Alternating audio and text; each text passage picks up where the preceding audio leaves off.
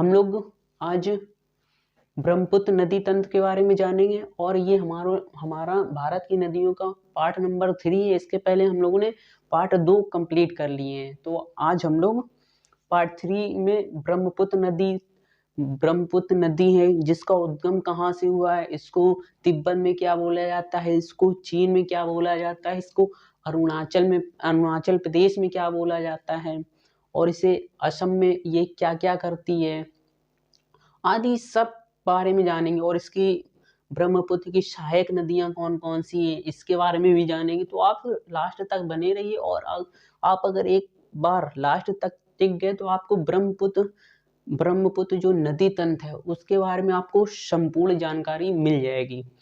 तो एक यहाँ पर तिब्बत में एक जगह है जो मानसरोवर झील के एकदम बगल में है। ये कहाँ से मिली? चेमांग युंग डुंग हिमनद, और इसको तिब्बत में सांगपो नदी के नाम से जाना जाता है। किसके? सांगपो नदी।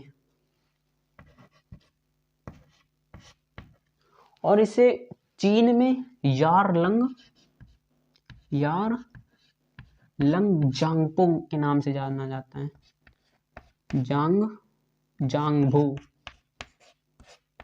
यारलंग जांगभू के नाम से जाना जाता है। और यहाँ पर एक पर्वत श्रृंखला है जिसका नाम क्या है? नामचा बरवा। नामचा बरवा एक पर्वत श्रृंखला है जिस पर एक दर्रा पड़ता है। क्या? यंगयप दर्रा।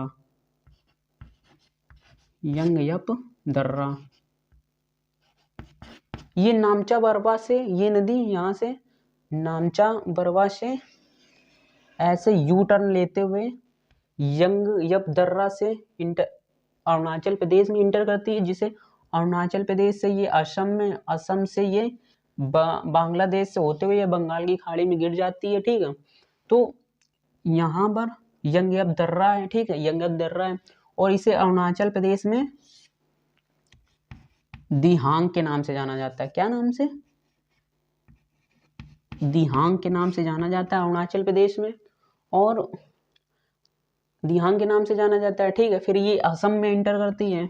तो देखो ये वाला इलाका तो पर्वतीय अरुणाचल प्रदेश वाला, क्या कि इसमें देखो पर्वत श्रृंखला भी है। तो जो असम में ये मैदानी क्षेत्र में इंटर करती है। ठीक है, मैदानी क्षेत्र में जब इंटर करती है तो ये फैलने लगती। तो असम में ये विश्व का सबसे बड़ा नदी द्वीप भी बनाती है। देखो जब यहाँ से ऐसे सक्रिय हो गया यार, अब यहाँ से फैलेगी तो एक ऐसे निकल गई और एक ऐसे निकल गई।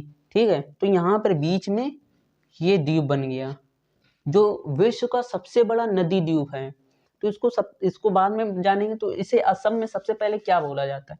इसे असम में ही ब्रह्मपुत्र बोला जाता है। ये असम में ही आकर ब्रह्मपुत्र के नाम से जानती है। क्या? असम में ब्रह्मपुत्र के नाम से जाना जाता है। असम में इसे ब्रह्मपुत्र के नाम से जाना जाता है। ठीक है, तो इतना आपने नोट कर लिया। एक बारी फिर से रिपीट करते हैं। देखो ये तिब्बत में एक है चिमांग युंगडुंग हिमनद है। चिमांग युंगडुंग हिमनद है। ठीक है, और ये तिब्बत से होते हुए तिब्बत में इसे सांगपो नदी के नाम से जाना जाता है। तिब्बत से होते हुए चीन में इंटर करती है।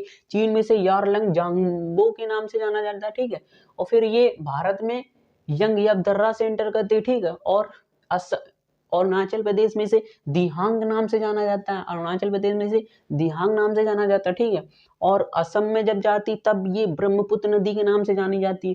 और जब बांग्लादेश में एंट्री करती है तो इसे जमुना नाम से जाना जाता है। किससे? जमुना नाम से जाना जाता है। और यहाँ पर गंगा आई थी जिसे यहाँ पर बांग्लादेश में पद्मा के नाम से जाना जाता है। और ये गंगा और ब्रह्मपुत्र की संयुक्त धारा को मेघना बोलते हैं। क्या बोलते हैं? मेघना के नाम से जाना जाता है। संयुक्त धारा को मेघना के नाम से जाना जाता है, इसको नोट कर लीजिए।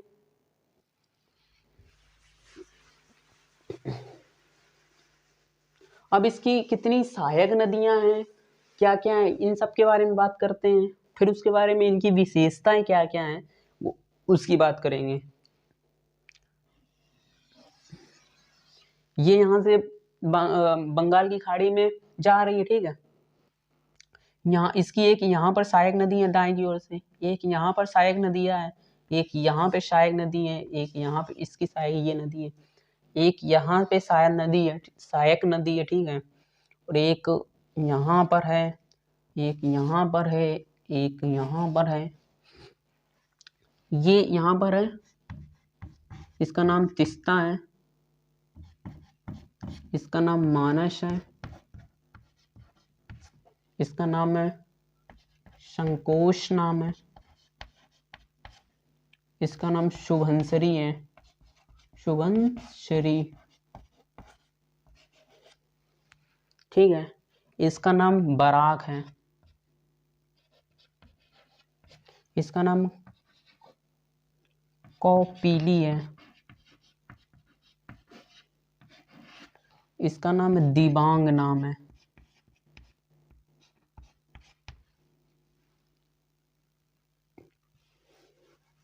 इसका नाम लोहित है, इसका नाम दिबांग है। कौन कौन सी है?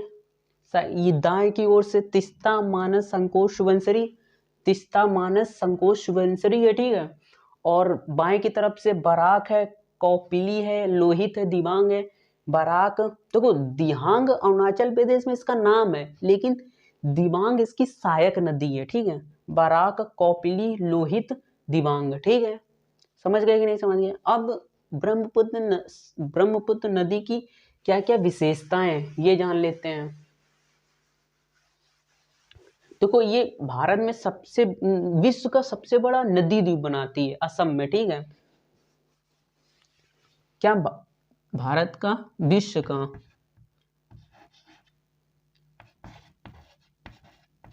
का सबसे, ऐसे हम बोल दे रहे हैं, आप लिख लीजिए, ये विश्व का सबसे बड़ा नदी द्वीप बनाती है, जिसका नाम है मांजुली द्वीप, जिसे अब किस नाम, मतलब जिसे अब जिला बोल दिया है, मांजुली जिला, ठीक है। मांजुली जिला के नाम से जाने जाना लगा, ठीक है, मांजुली जिला।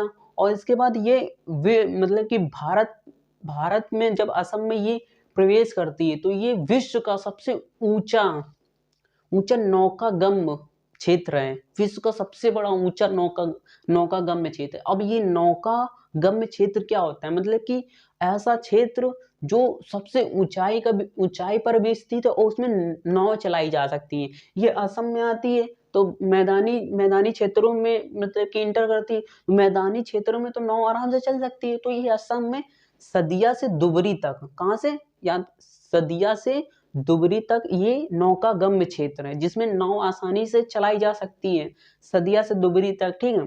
और ये भारत का सबसे बड़ा सड़क नदी पुल बनाती है, जिसे क्या बोलते हैं? ढोला सदिया के नाम से जाना जाता है, जिसे एक और नाम से जाना जाता है सदिया पुल, जिसे भूपेन हजारिका